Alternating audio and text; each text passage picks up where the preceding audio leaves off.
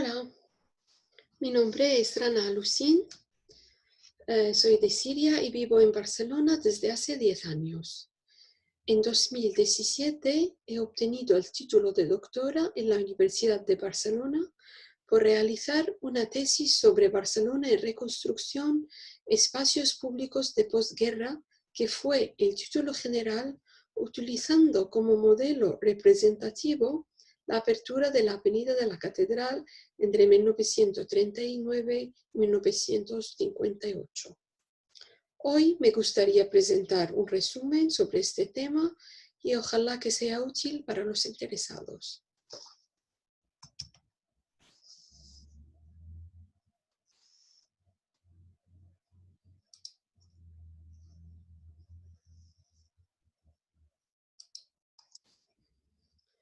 Bueno, en realidad, a día de hoy, todavía no se ha realizado un estudio referente a los proyectos de reconstrucción de espacios públicos en la Barcelona de posguerra de manera monográfica, amplia y profunda.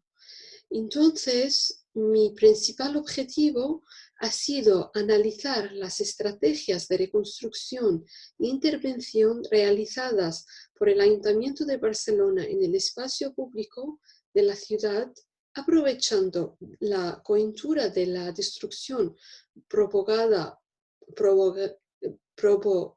por la Guerra Civil Española y realizar así una serie de proyectos de mejora urbana.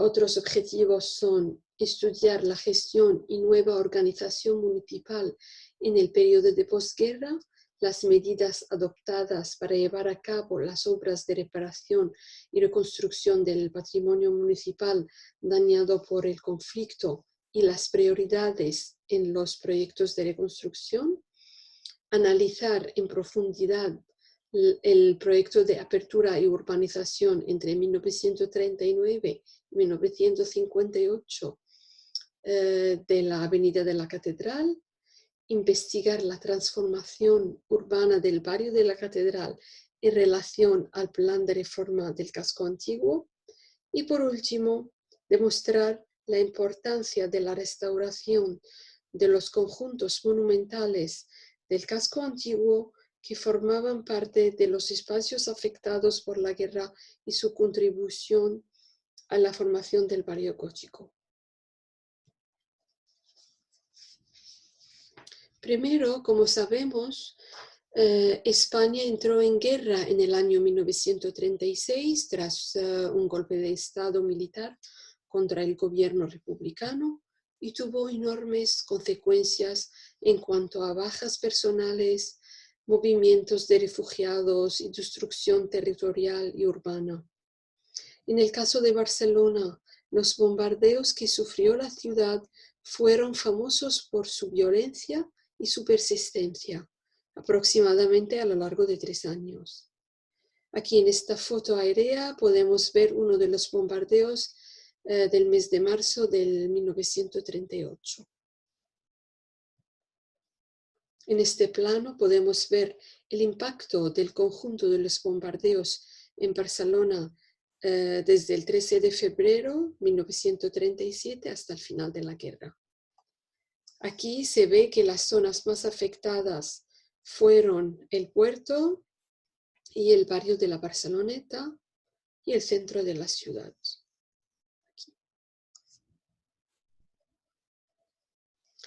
Aquí en este documento, obtenido del Archivo Municipal Contemporáneo, podemos ver que el número total de los edificios afectados durante la guerra fue de 1.808, teniendo en cuenta que en este número no se incluyen los del puerto ni los del carácter militar. Teniendo en cuenta también que el número de los edificios de Barcelona son casi 50.000. Bueno, ahora después de esta introducción del contexto histórico, vamos a empezar con el tema principal de nuestra charla de hoy sobre la gestión municipal y los proyectos urbanísticos urgentes en Barcelona durante la posguerra.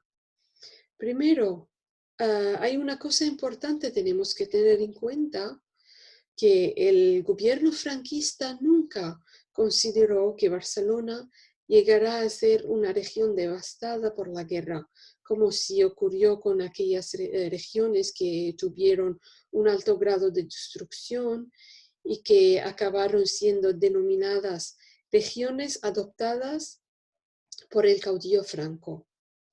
Según la Dirección General de las Regiones Devastadas y Reparaciones de España, durante la posguerra, en la lista de reconstrucción de ciudades y pueblos adoptados en Cataluña solo se incluyeron unas ciudades y pueblos en Lérida, Tarragona y Girona.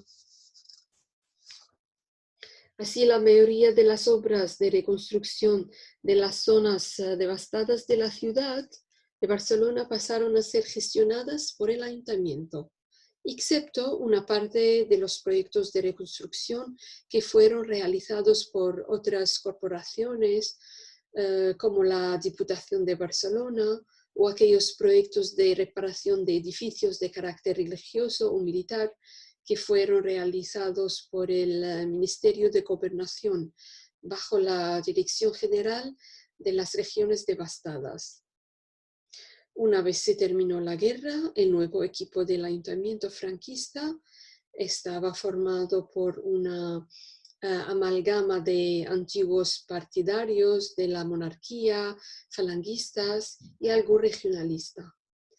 Todos ellos estaban bajo las órdenes de Miguel Mateo y Pla, que fue designado como alcalde y fue una persona de la máxima confianza del general Franco. En general, como mucha gente sabe, que durante el franquismo había una depuración de todo el personal funcionario del Estado que no se mostró fiel al nuevo régimen y que definitivamente fue sustituido por personal militante. Pero en realidad, en el caso del Ayuntamiento de Barcelona, la mayoría de funcionarios técnicos, al igual que muchos otros funcionarios del personal administrativo que se encontraban trabajando en el ayuntamiento durante el periodo republicano, siguieron trabajando en sus cargos o bien en otros cargos u otras categorías. El personal destituido fue en aquel momento solo 25% y el servicio técnico fue el menos afectado.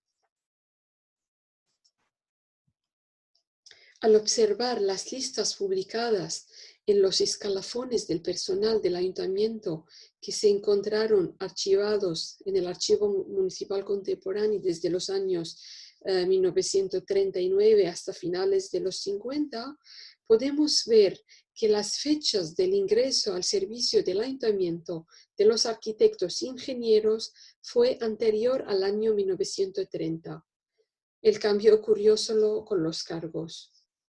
Por ejemplo, podemos ver en esta copia del escalafón del personal del 1951 que los arquitectos que son nuestras protagonistas del proyecto que vamos a explicar hoy.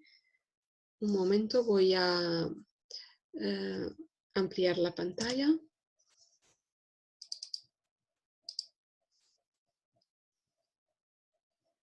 Aquí podemos ver que estos dos arquitectos, Joaquín Vilaseca y Adolfo Florensa,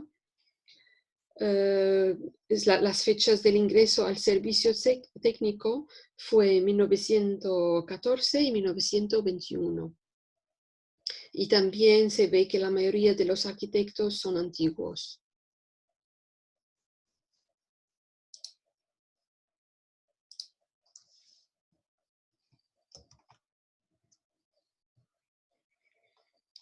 Ahora, hablando del tema de la reconstrucción, claro que la reconstrucción de una ciudad destruida por la guerra era la principal prioridad del nuevo ayuntamiento y fue un reto por la crisis económica de posguerra. Entonces fue nombrada una ponencia de reconstrucción para planificar una serie de trabajos que incluyeron retiradas de escombros, también reparación de edificios públicos y particulares, eliminación de refugios construidos durante los durante los 3 años de guerra, reconstrucción del patrimonio municipal como edificios, espacios, servicios públicos y por último recuperación de determinados proyectos urbanísticos anteriores al 1936, lo que vamos a concentrar hoy. Se creó el presupuesto extraordinario para la reconstrucción del patrimonio municipal de 1939. Según este presupuesto, los gastos de las obras, las reparaciones y otros conceptos tenían un total de casi 77 millones de pesetas.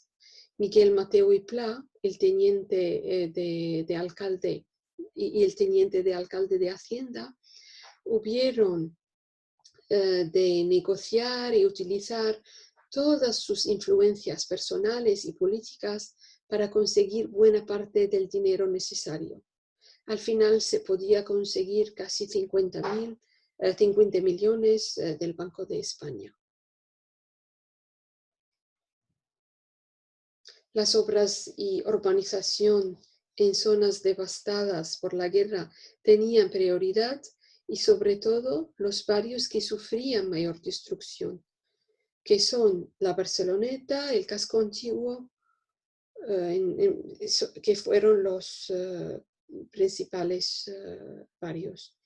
Como estos barrios tenían densidad de población y hacía falta de espacios libres, ya hacían que estas zonas estuvieran en una situación vulnerable y que necesitaran urgentemente una solución a sus problemas urbanísticos. Se propuso, ante la devastación provocada por el conflicto, aprovechar la oportunidad para realizar proyectos de reforma pendientes o nuevas urbanizaciones. Los principales proyectos que fueron más urgentes, como vemos en esta lista, son la apertura de la vía transversal entre la Vía Laetana y la Plaza Nueva, la apertura de la vía Drasanas-Montaner entre el puerto y la calle Conde del Asalto, pero esto al final no se podía realizar porque el tema de las expropiaciones de aquella zona fue muy complicado. En los años 70 se abrió un trozo que es la actual Avenida Drasanas y la urbanización del barrio de la Barceloneta.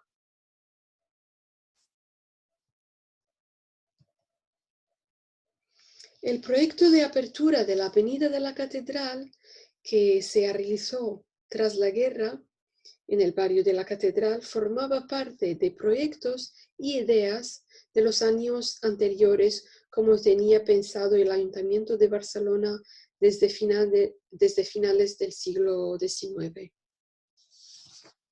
Y podemos decir que hasta ahora los proyectos recientes de la remodelación de Ciudad Bella se remontan en su esencia a los modelos de planificación urbanística de mediados del siglo XIX. Cerdá fue el primero en proponer las grandes vías A, B y C, y de las cuales vamos a explicar brevemente su desarrollo. La mayoría de los planes y proyectos de Cerdá, Baixeras, Jaucelí, Darder y Vilaseca en relación a la reforma del casco antiguo permanecieron en el papel sin poderse llevar a cabo, excepto en el caso de la apertura de la vía A, la actual Vía Laetana. La actual Avenida de la Catedral formaba parte, o mejor dicho, representaba solo un tramo de lo que había sido pensado como vía transversal larga, Gran Vía C, que transcurre entre las actuales Paseo de Luis Companys y la Ronda de San Pau. Según los planes de reforma, como vamos a ver, del casco antiguo, se había modificado su trazado en cada plan durante casi 80 años, desde el 1859, el Plan Cerdá, hasta que finalmente se aprobó el proyecto final de la apertura de la vía C por parte del Ayuntamiento Republicano y dirigido por el arquitecto municipal Joaquín Vilaseca, justo antes de la guerra, a pesar de las protestas de las asociaciones de vecinos y otras voces que estaban en contra del proyecto. Aquí, aunque el Plan Cerdá del 1859 fue presentado como un proyecto que llevaba por el título Reforma y Ensanche de Barcelona, y su principal objetivo era la extensión de la ciudad, también prevía ciertos cambios en el casco antiguo. Cerdá proponía introducir nuevas vías dentro de la red urbana preexistente en el casco antiguo, aquí, estos tres, dos en sentido mar-montaña y para conectar el ensanche con el puerto y otro transversal en sentido Besós-Llobregat. Esta idea de Cerdá fue adaptada en los planes urbanísticos siguientes durante 7 décadas, que siempre buscaba una solución al problema de la circulación y conexión vial con el ensanche. Pero el problema de este plan, que abrió un debate en aquel tiempo, fue el tema de los edificios históricos que debían destruirse para abrir las vías. Fue una solución geométrica y demasiado rígida, sin tener en cuenta la sensibilidad del tejido urbano antiguo y a los monumentos y edificios de valor artístico importante. 2 años más tarde, aquí el Plan Baixeras propuso un proyecto muy parecido al de Cerdá, pero con un poco de modificación en la anchura de la vía B. Aquí podemos ver la vía B, que fue de 20 metros, mientras que las otras dos fueron de 30. Baixeras fue el primero que llamó a las 3 vías por las letras A, B y C. A es la actual Vía Laietana, B y C. En 1907 se aprobó el plan y se empezaba por la apertura de la Vía A, la Vía Laietana, y Vilaseca y otros arquitectos municipales tenían que formular proyectos parciales para respetar algunas casas y conjuntos arquitectónicos y partes de las murallas romanas, como el caso de la parte visible de la muralla romana en la plaza de Berenguer el Grande, y el proyecto del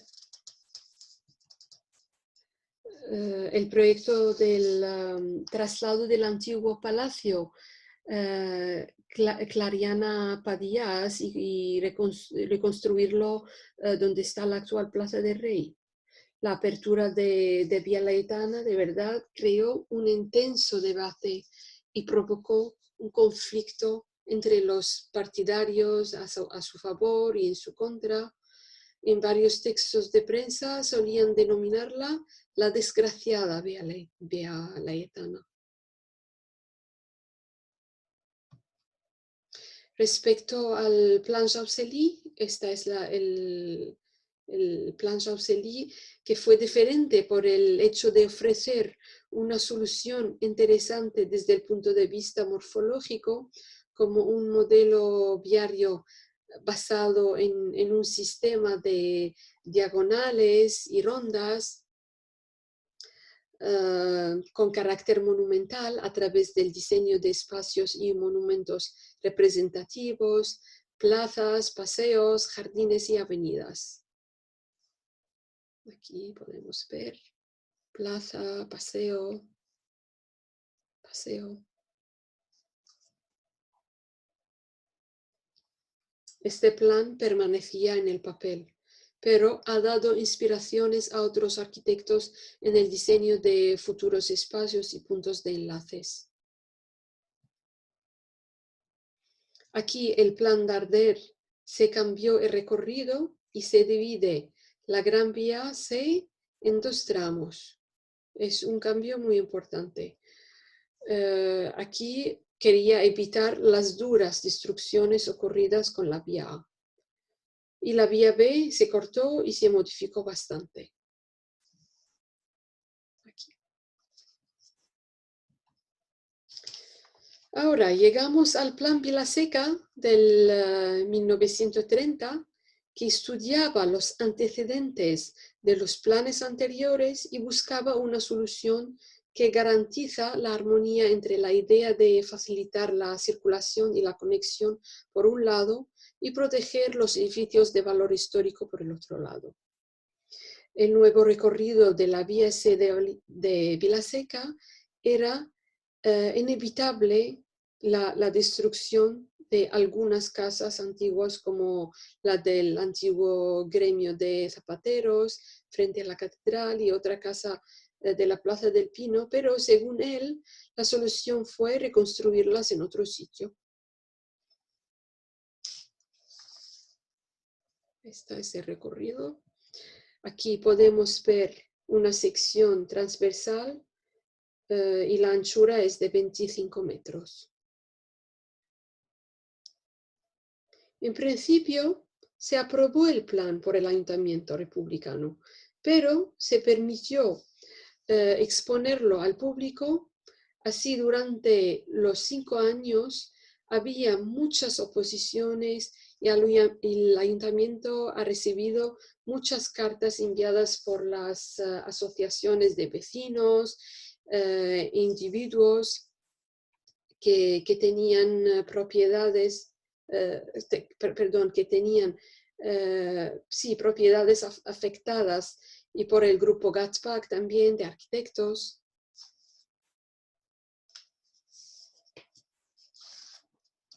Y cada protesta exponía el daño ocurrido para su caso, pero Vilaseca estudió estas protestas una por una y respondió y modificó algunas alineaciones para evitar daños cuando se fuera posible.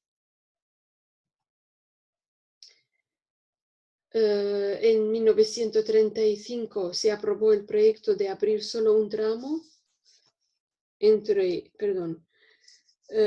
solo se aprobó un tramo entre la plaza de Antonio Maura y las Ramblas, este tramo, y finalmente se paró todo por el inicio de la guerra en el 1936.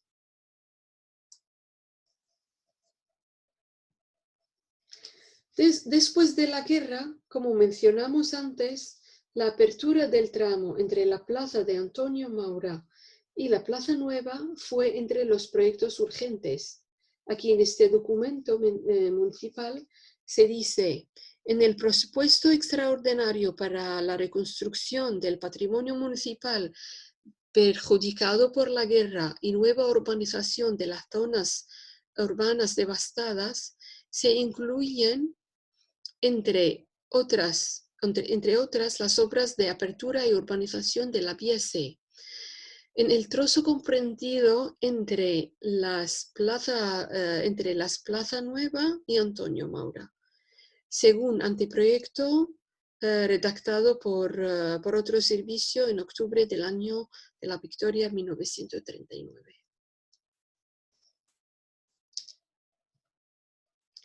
En la prensa se hablaba del nuevo proyecto como nueva obra urbana de un carácter renovador que contribuye a la creación de la imagen de una nueva España.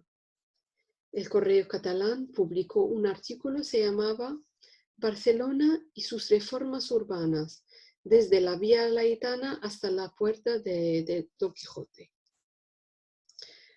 Según la novela de Cervantes, el Don Quijote pasaba por la puerta romana de la Plaza Nova cuando pasó por Barcelona.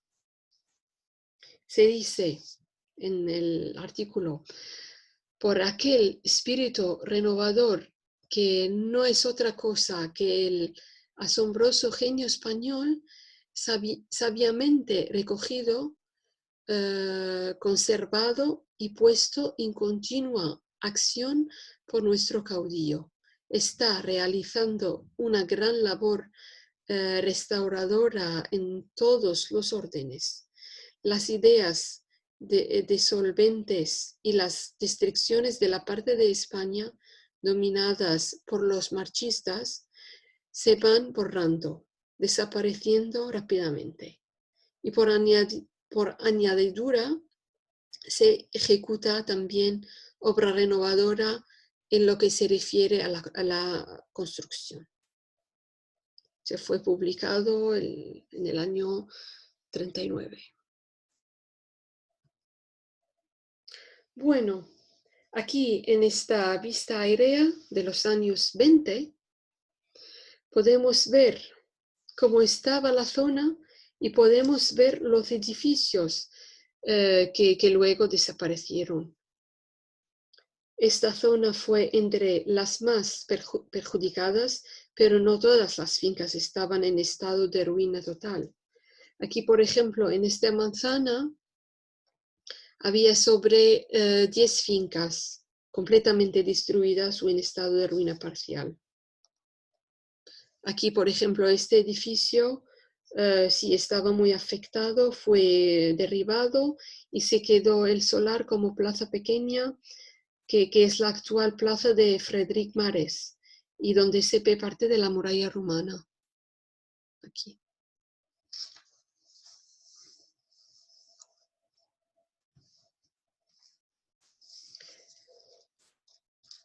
Aquí podemos ver la ubicación de los impactos de los bombardeos solo en el día 30 de enero de 1938.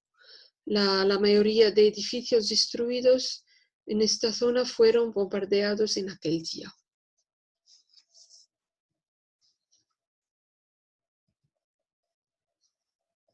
Aquí, en este plano, donde se ve la zona del proyecto y las fincas que se derribaron para abrir la futura avenida de la catedral. Estas son las fincas afectadas por los bombardeos, los puntos rojos. Al principio se derribaron las fincas de esta manzana, solo esta. Y más tarde había de derribar el resto de estas dos, aquí, los dos lados.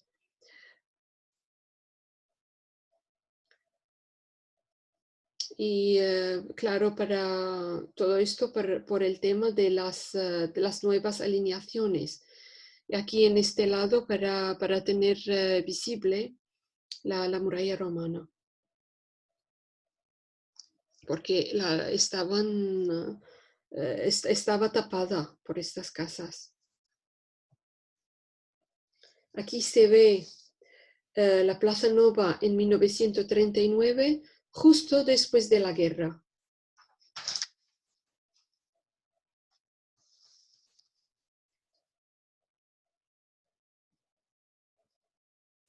Aquí es la antigua calle de Corripia. Y esta calle se llamaba Bu de la Plaza Nova. Aquí se ve de cerca las fincas afectadas. Se derribó primero esta porque estaba en un mal estado ruinoso. Luego se derribaron el resto de las fincas en la manzana del centro poco a poco durante 3 años. Claro, no era un proceso fácil porque los trabajos de derribo dependían de los trámites de las expropiaciones y indemnizaciones de las fincas y eso fue bastante complicado. A pesar de tener una ley de expropiación forzosa, pero las negociaciones sobre el valor de las indemnizaciones y la resistencia ciudadana contra el desalojamiento fueron un gran obstáculo en la rapidez del proceso. También el ayuntamiento tenía que hacer concurso para pedir de varios contratistas presentar un presupuesto del coste de las obras y siempre se eligió la opción más económica. Por ejemplo, aquí se eligió un contratista que no solo ofrecía hacer las obras de demolición gratis, sino ofrecía comprar los materiales procedentes del derribo. Aquí se ven las escaleras de la catedral.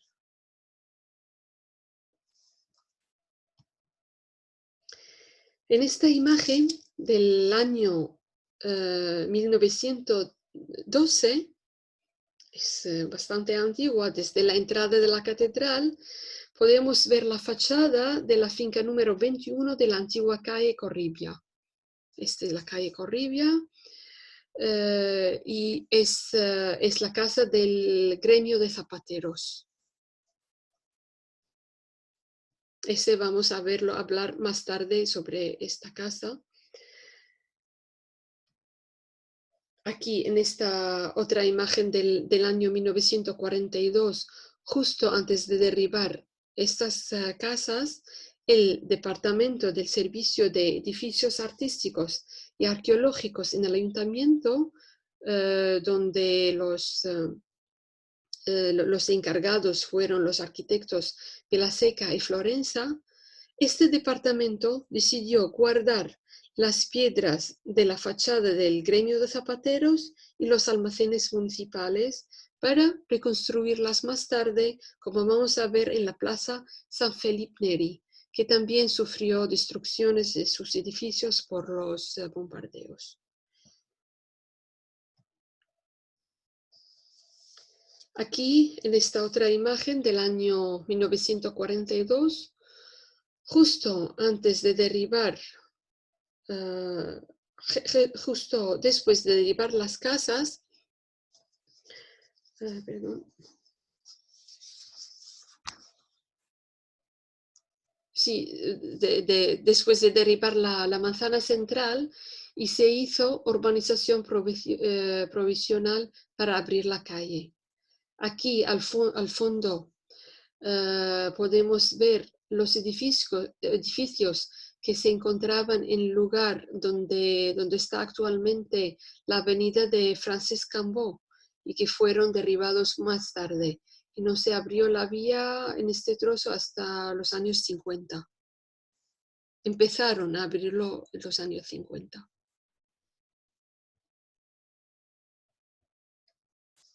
Aquí en esta foto se ven las casas que taparon la muralla romana y tardaron 13 años para derribarlos, como vamos a ver.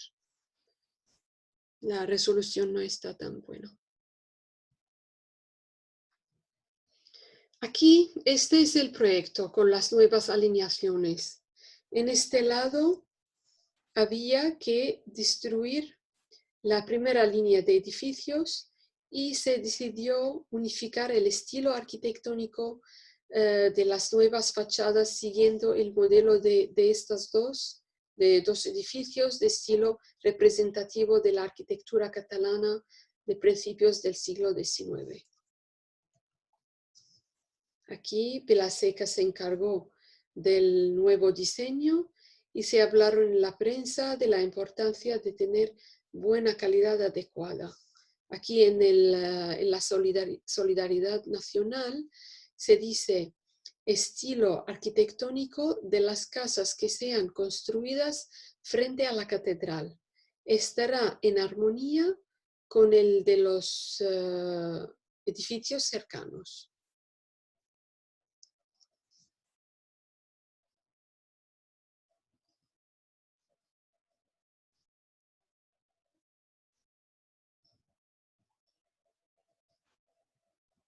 Aquí se ve estas casas construidas. Es una foto nueva desde los años 80, pero así se quedó el proyecto. Ahora, las obras de derribo del resto de casas en la calle Corribia no se efectuaron hasta los años 49 por el problemático proceso de expropiación y desocupación. Aquí estas casas ocultaban la torre poligonal de la muralla romana y al edificio gótico de la Vía Almoina. Aquí se ve el estado de la muralla que necesitaba restauración. Aquí.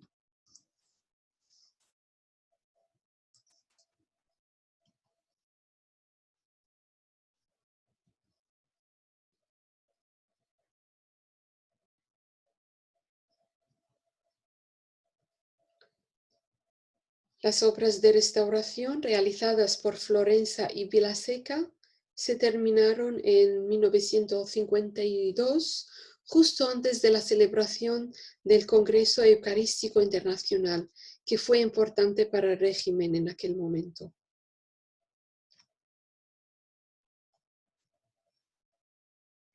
Ahora, las obras de restauración, del derribo y restauración, o es la última fase, vamos a decir.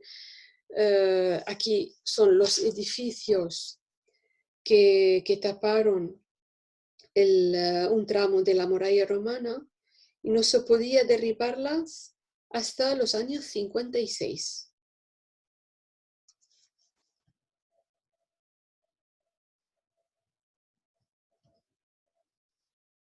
En 1958 se terminó la restauración de la muralla y se urbanizó la zona.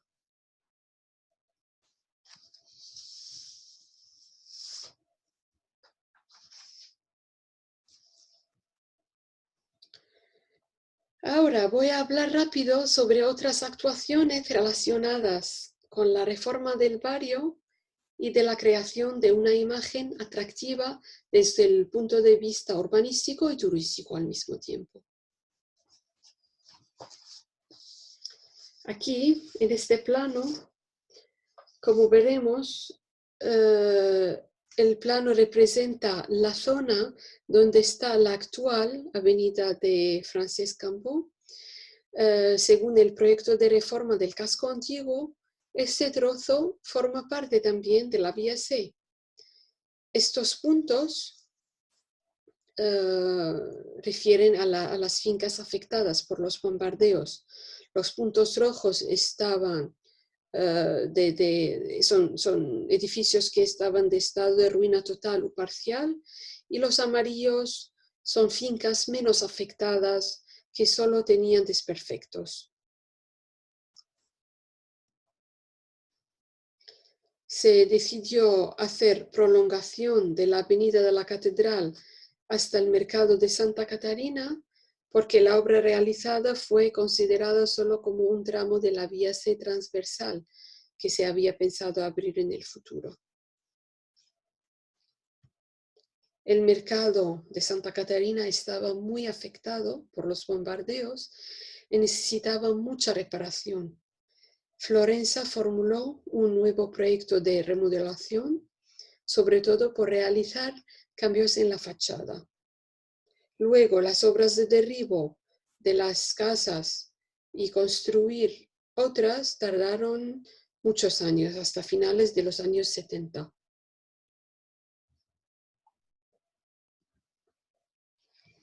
Ahora, hablando de obras de reconstrucción y restauración realizadas por Adolf Florenza, tenemos una serie de proyectos que formaron parte de la labor municipal en la restauración de todo el conjunto monumental del casco antiguo. Tenemos, por ejemplo, entre otras, restauración de fachadas del antiguo Hospital de Santa Cruz, las drasanas y las murallas medievales, las murallas romanas, la plaza de San Felipe Neri, la plaza de Vila de Madrid.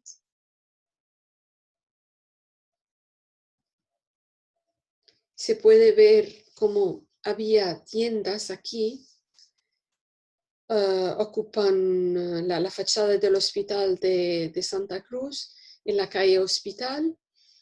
y cómo ocultaron las piedras góticas de la iglesia, se ve la diferencia antes y después de la intervención.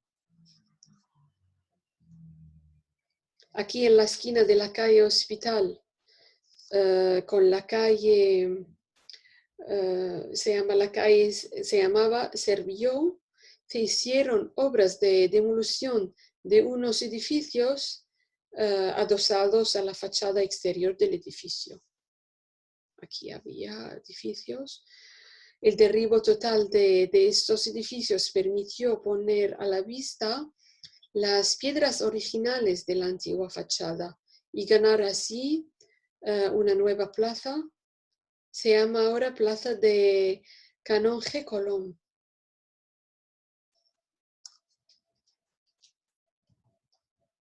Ahora, en el caso de las drasanas, el ayuntamiento hizo una intervención importante en la parte exterior, como motivo también del Congreso Eucarístico de 1952, con la labor de Florenza, se abrieron los arcos y se dejaron las piedras reforzadas con parte de los muros debido a su mal estado. Aquí se ve la nave central después de la intervención.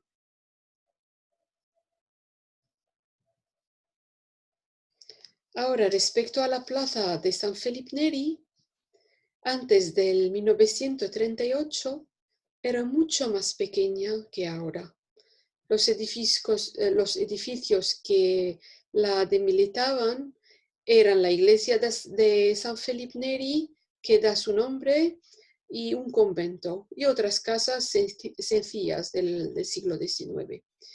Por la guerra se destruyó 3 casas en la plaza, pero la iglesia y el convento resistieron mejor.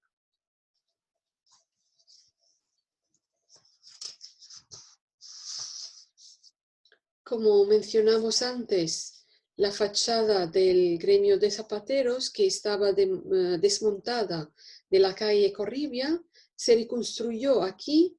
Además, otra fachada, que es la casa gremial de los caldereros, que estaba también salvada de los derribos de la apertura de la Vía Layetana.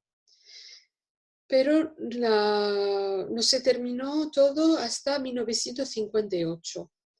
Se empezaron los proyectos de reconstrucción de estas 2 fachadas. El último ejemplo que tenemos es la plaza de la Vila de Madrid.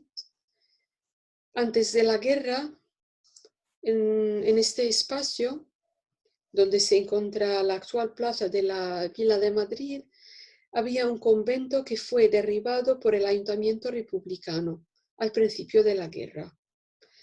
Durante los años 40 se hizo urbanización del solar y se hicieron obras de regularización de las fachadas que limitaban una parte de la plaza. Florenza fue quien hizo el diseño era el diseñador de estas fachadas. Por casualidad, al abrir los cimientos de la última de las casas, se encontró una tumba romana de piedra y así se empezaron las excavaciones arqueológicas en la plaza y se decidió dejarlo todo expuesto al aire libre.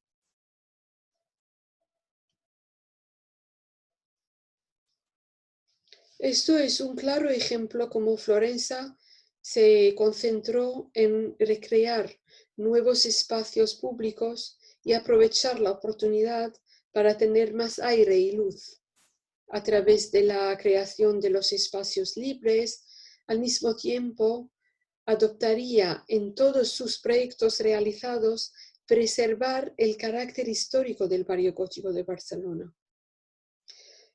Podemos decir que todas las intervenciones realizadas durante aquella época tenían como objetivo, además al saneamiento del tejido urbano del casco antiguo, la creación de una imagen de atracción turística demostrando el prestigio histórico de la ciudad.